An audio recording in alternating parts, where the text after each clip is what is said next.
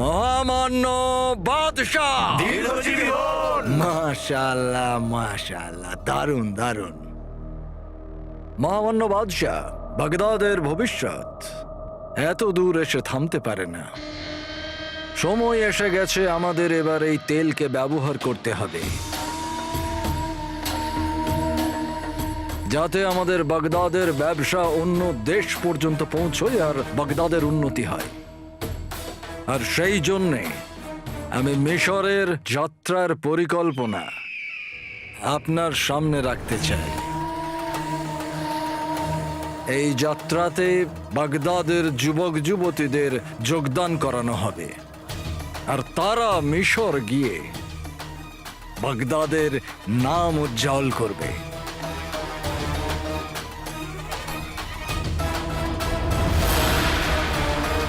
দেশের নাম উজ্জ্বল করুন। যদি থাকে আপনার প্রতিভা, প্রমাণ করুন আপনার যোগ্যতা। বাগদাদের কিছু নির্বাচিত বাসিন্দা পাবে মিশরে বাগদাদের বিভিন্ন বিভাগে প্রতিনিধিত্ব করার সুযোগ।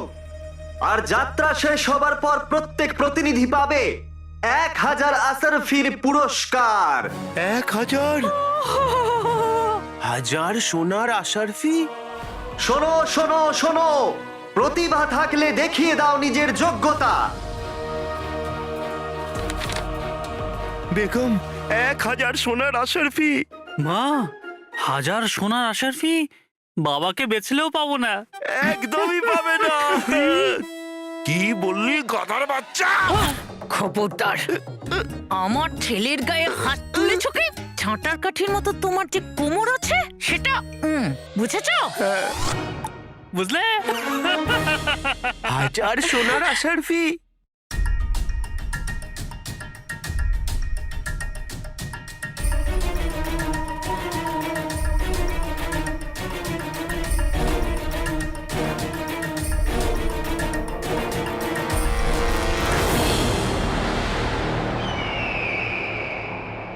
মিশরের যাত্রাপথ আল-উরদুন আর ইসরায়েলের ওপর দিয়ে যাবে।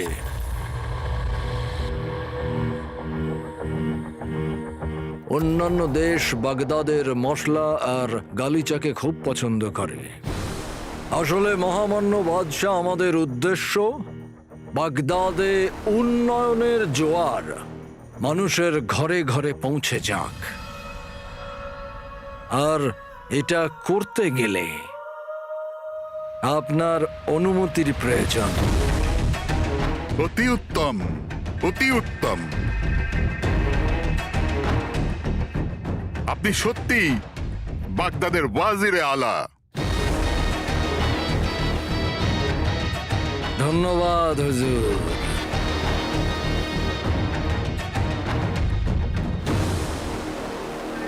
আপনার কাছে একটা অনুরোধ আছে মহামান্য বাদশাহ। বাগদাদের মাটিতে তেল খোঁজার জন্যে রাজকুমারী যে উদ্যোগ নিয়েছেন, যে সাহস দেখিয়েছেন, একদম তার মতোই এই যাত্রাকে সফল করার জন্যে আমি চাই যে এই যাত্রায় রাজকুমারী আমার সঙ্গ দিক।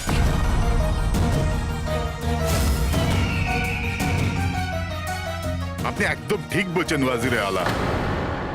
আমার মনে হয় রাজকুমারীকে এই যাত্রায় যোগদান করা উচিত। বাগদাদেরও উন্নতি হবে আর তোমার মিশর ঘোরাও হয়ে যাবে। আমি যেতে পারবো না বাবা।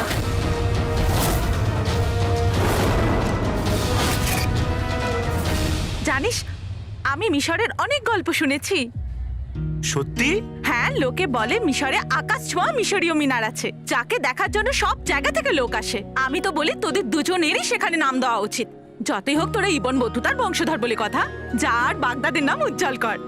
মা, তুমি বললে ভেবে না হয়ে গেছে। আলাদিনের বাবা থাকতো তাহলে সবার আগে গিয়ে নিজের নাম লিখে আসতো। আচ্ছা, তোরা দুজনেও তো এখন প্রাসাদে কাজ করিস, তোরা দুজনেও নিশ্চয়ই সুযোগ পাবি। হ্যাঁ মা, তুমি একদম ঠিক বলেছো। আমাদের এই সুযোগ ছাড়লে চলবে না। এই বাহানায় আমরা সোনার আশারফি কামাতে পারবো আর বাইরের দেশের খাবার খেতে পারবো। জিনু, সাবধান হয়ে যা। তোরা দুজন ওখানে বাগদাদের প্রতিনিধি হয়ে যাবি। প্রতিনিধির কথা জানি না, কিন্তু আমি সব দেশে ক্ষুধার্ত হয়ে যাই। মিশরের খাবার আমার জন্য অপেক্ষা করছে।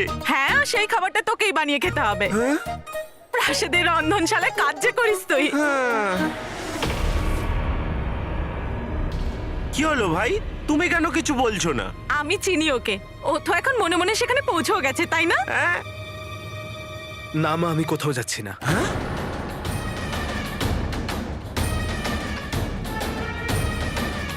কিন্তু কেন? এটা বাগদাদের উন্নতির বিষয়। আমি হাসতে হাসতে নিজের প্রাণ বাগদাদের জন্য দিয়ে দিতে পারি, কিন্তু এখানে আমার প্রাণের বিষয় হচ্ছে না। বিষয়টা এখানে জনগণের জীবনের। মিশর একটা জাদু শক্তির দেশ, প্রত্যেক পদে পদে চমৎকার জাদু, আর আমি চাই না যে ওদের প্রাণ বিপদে পড়ুক। ওয়াজিরে আলা, এই সমস্ত কিছু একটা গুজব মহামান্য বাদশাহ। আর যদি হয়ও, তাহলে সবার প্রথমে বাগদাদের যে কোনো মানুষের কোনো ক্ষতি হবার আগে জাফর নিজের প্রাণ দিয়ে দেবে। তাতে সেটা চমৎকার হোক কিংবা জাদু, আমি থাকতে কারোর কোনো চিন্তা নেই।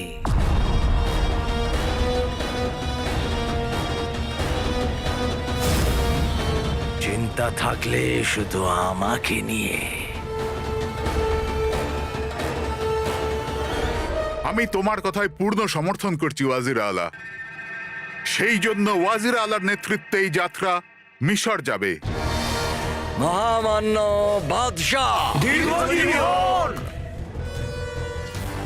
আর রাজকুমারীর যাওয়ার সিদ্ধান্ত আমি রাজকুমারীর ওপর ছাড়লাম। কেন আলাদিন, তুই মিশরে কেন যাবি না? হ্যাঁ ভাই, এরকম সুযোগ সবসময় পাওয়া যায় না। যদি আমরা দেশের নাম উজ্জ্বল করি, তাহলে আমরা বাদশারও চোখে পড়তে পারি। কিন্তু তার জন্য মিশরে যেতে হবে না জেনু, আমাদের কাছে আরো রাস্তা রয়েছে। কিন্তু আলাদিন, ভাই আমার ভাই, ভাই আমার ভাই, আমি জানি তুমি মিশরে যেতে চাও, কিন্তু আমার সাহায্য ছাড়া যেতে পারবে না। কি করে? গুল্লুর বাচ্চা? সেটা এইভাবে শেখ জিনু, এই যাত্রায় যেতে গেলে যে যোগ্যতার প্রয়োজন ওটা শুধুমাত্র গুলবদনেরই আছে, আর যদি সাহায্য লাগে তাহলে গুল্লুকে ডেকে নিও। হ্যাঁ হ্যাঁ, এই গুল্লুর বাচ্চা একদম ঠিক বলেছে।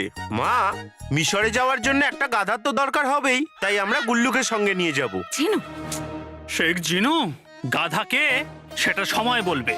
এমনটা যেন না হয় যে আমি মিশরে চলে গেলাম আর তোমরা দুজন রন্ধনশালায় বসে পেঁয়াজ কাটতে থাকলে। কুচকিচ কিচ কিচ।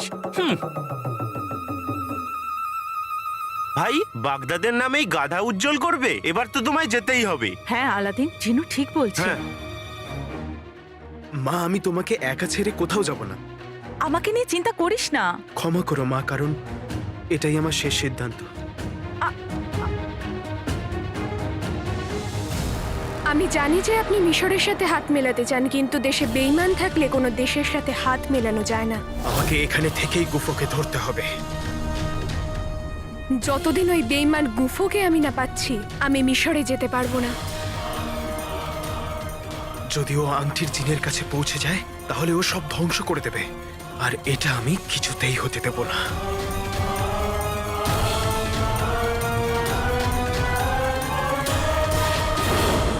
বাহ হুজুর, আপনি তো বাদশাকেই নিজের বোরে বানিয়ে দারুণ একটা চাল চেলে দিয়েছেন। উনি স্বপ্নেও ভাবতে পারেন না যে মিশরের যাত্রার পেছনে আপনার আসল উদ্দেশ্য কি।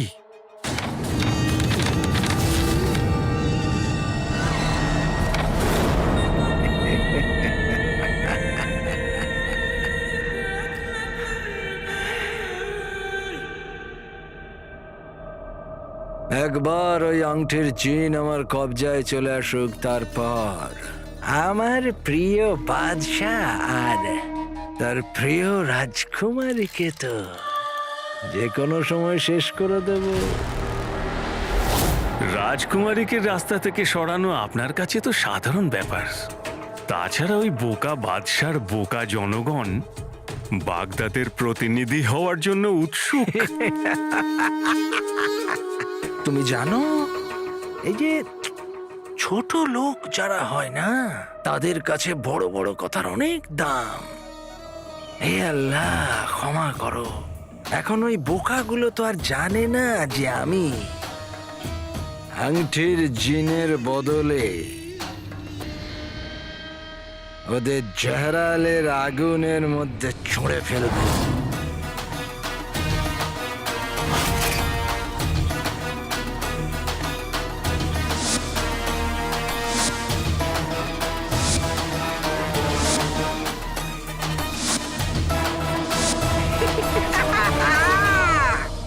আচ্ছা, তুমি জানো আমি জাহরালের খিদে মেটাবো, আর আংটির জিন আমার খিদে মেটাবে। খোদার কসম, এটা বলতেই হবে যে জাহরাল কিন্তু খুব আরামের জীবন পেয়েছে।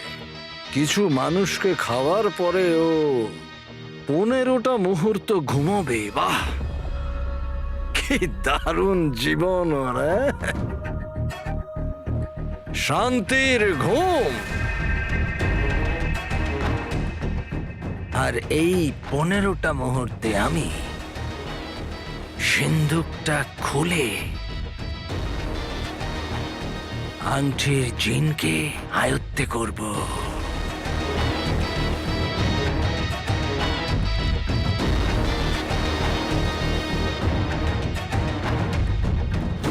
ক্ষমা করবেন হুজুর, কিন্তু ওই সিন্দুককে খোলার জন্য তো আপনার কালো চোরকে দরকার হবে। আপনি ওকে জাহরালের কাছে পাঠাবেন কি করে? সেটারও ব্যবস্থা হয়ে গেছে একবার। পুরো বাগদাদের সামনে আমি কালো চোরকে একটা টোপ দিয়েছি, ওর জন্য একটা বার্তা পাঠিয়েছি।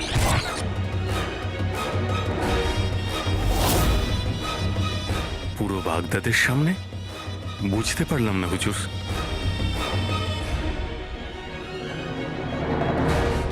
এই কাগজটা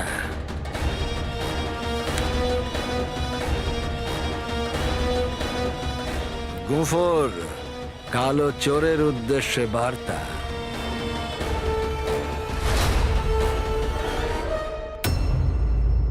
আমি মিশরে এই জন্য যেতে চাই না জিনু, কারণ ওই গুফোর কাছে ওই বইটা রয়েছে জিনু। ওই আংটির শয়তান জিন যদি ওর হাতে আসে তাহলে সব শেষ হয়ে যাবে জিনু। ও শয়তান জিন ছাড়াই এত শক্তিশালী।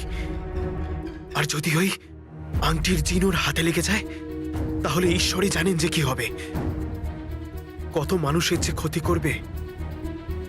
আমাকে ওকে যে করেই হোক আটকাতে হবে, আর ওকে দিয়ে ওর সব অপরাধ স্বীকার করাতে হবে। তবেই তো বাবাকে নির্দোষ প্রমাণ করতে পারবো।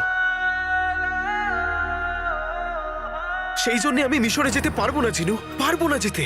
আমি ওইখানে গিয়ে আমার সময় নষ্ট করতে পারবো না। আক্কা, আমি তোমার চিন্তা বুঝতে পারছি, কারণ আমি জানি আংটির জিন খুবই ভয়ঙ্কর। ও কি, মল্লিকার বানানো এক একটা শয়তান জিন খুব ভয়ঙ্কর। আর যদি তাদের মধ্যে একটাও মুক্ত হয়ে যায় তাহলে সব ধ্বংস হয়ে যাবে। আমি তো শুধু প্রার্থনা করি গুফো আংটির জিনের কাছে পৌঁছানোর আগে তুমি যেন গুফোর কাছে পৌঁছে যাও, না হলে এই দুনিয়ার কি জানি কি হবে।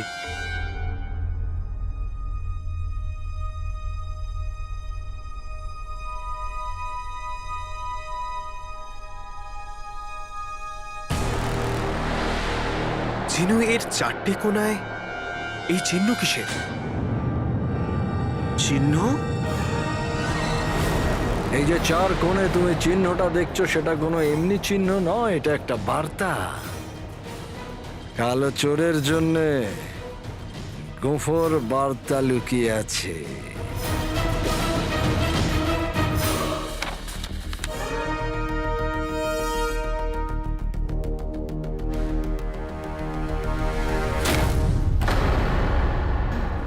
এটা কি দেখছিস? মিশরে যা আর আমার জন্য 1000 আশরফি নিয়ে আয়। আহা হা হা, এটা আবার কোনো কথা? এভাবে তো কেউ কাউকে বাজার আনতেও বলে না। গিয়ে 1000 আশরফি নিয়ে আয়। জিনু, যদি পুরস্কারের 1000 আশরফি আমি নিয়েও আসি তাহলে আমি তোমাকে কেন দেব? আর তাছাড়াও আমি কোনো মূল্যেই মিশরে যাচ্ছি না। ভেবে নে আলাদিন, এই 1000 আশরফি তোদের আমার এই বাড়িতে থাকার ভাড়া। আজ সকালেই রুকসারকে আমি 3 দিন সময় দিয়েছি, সেটা মনে করিয়েছি।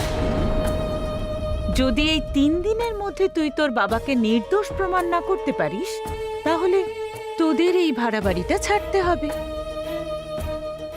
আমার বাবা নির্দোষ, আর এইটা আমি প্রমাণ করেই দেখাবো। কবে? 3 দিন খুব কম আলাদিন।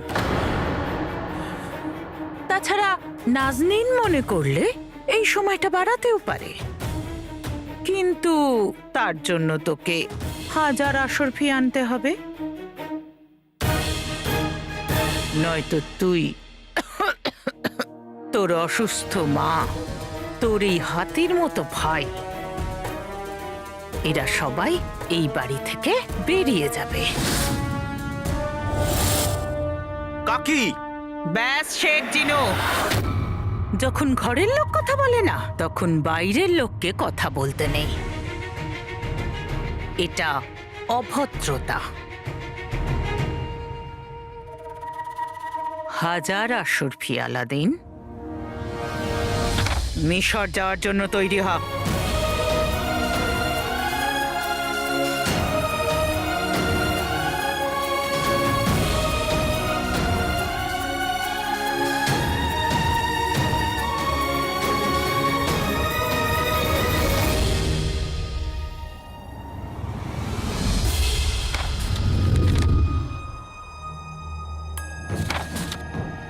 এমনিতেই এত সমস্যা, তার মধ্যে আবার এইটা।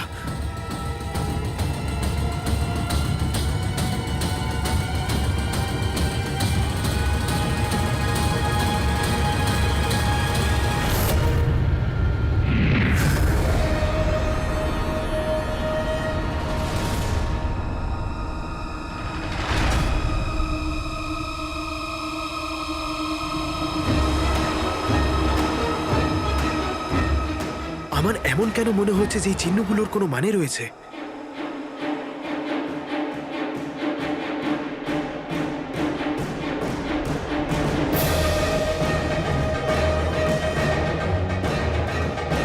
কোনো তো কারণ নিশ্চয়ই রয়েছে, নয়তো কেউ এরকম 4টে কোণায় চিহ্ন কেন বানাবে?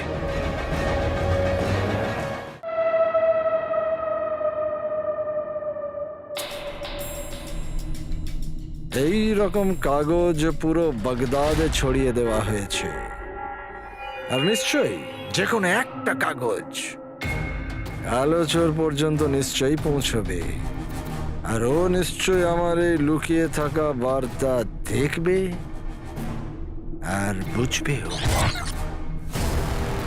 সূর্য, পুরনো কেল্লা, মরুভূমি, গুফো।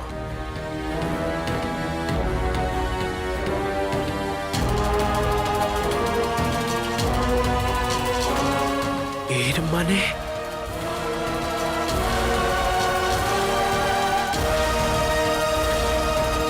তার মানে এটা গুফুর আমার জন্য পাঠানো বার্তা। ও আংটির জিনকে পাবার আগে আমার সাথে দেখা করতে চায়, পুরনো কেল্লার কাছে সূর্যাস্ত যাবার আগে।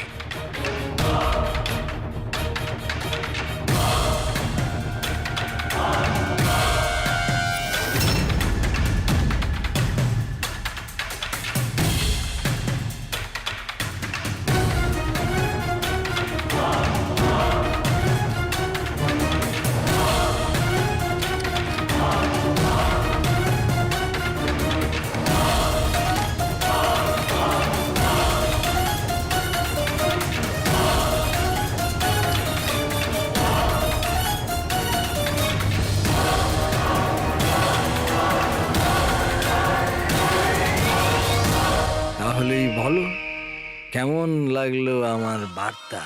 বাহ হুজুর বাহ, আপনার প্রতিদ্বন্দ্বিতা এই পৃথিবীতে কেউ করতে পারবে না, স্বয়ং খোদাও না। হুর হুর গুফো।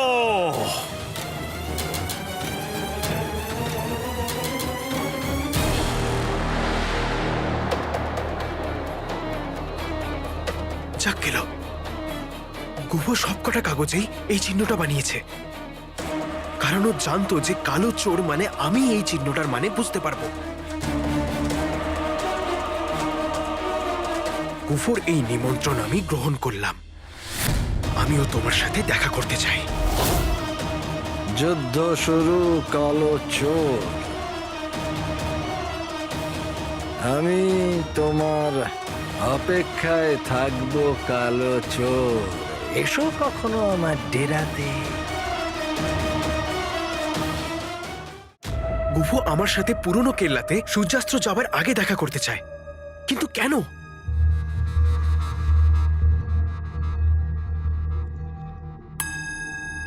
ও জানে যে আমি ওকে ধরতে চাই, আর ও এইটাও জানে যে আংটির জিন আর ওর মাঝে কালো চোর রয়েছে। আর হয়তো ও এইটাও বুঝে গেছে যে আংটির জিনের কাছে পৌঁছানোর জন্য ওর আমার প্রয়োজন নিশ্চয়ই পড়বে।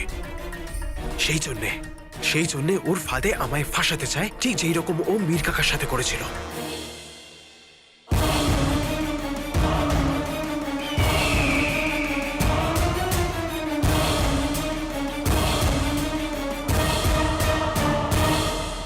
কিন্তু মা সবসময় বলে যে খারাপ সময়ও ভালো কিছু নিয়ে আসে।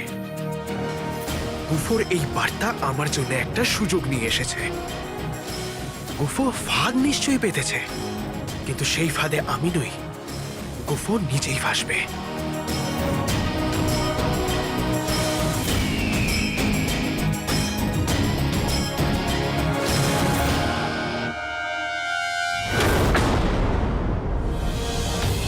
তুমি কালো চোরের সাথে পুরনো কেল্লাতে দেখা করতে চাও, তাই তো গুফো?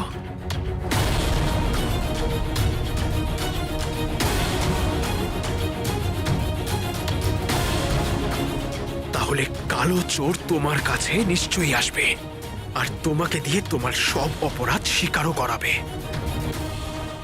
তুমি দুনিয়াকে বলবে যে আমার বাবা নির্দোষ।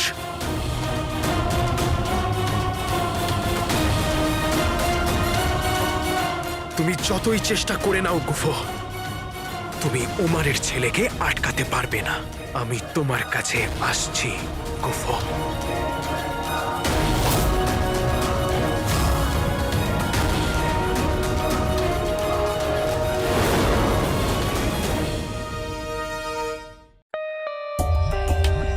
For more updates, subscribe to our channel, click the show links and enjoy watching the videos.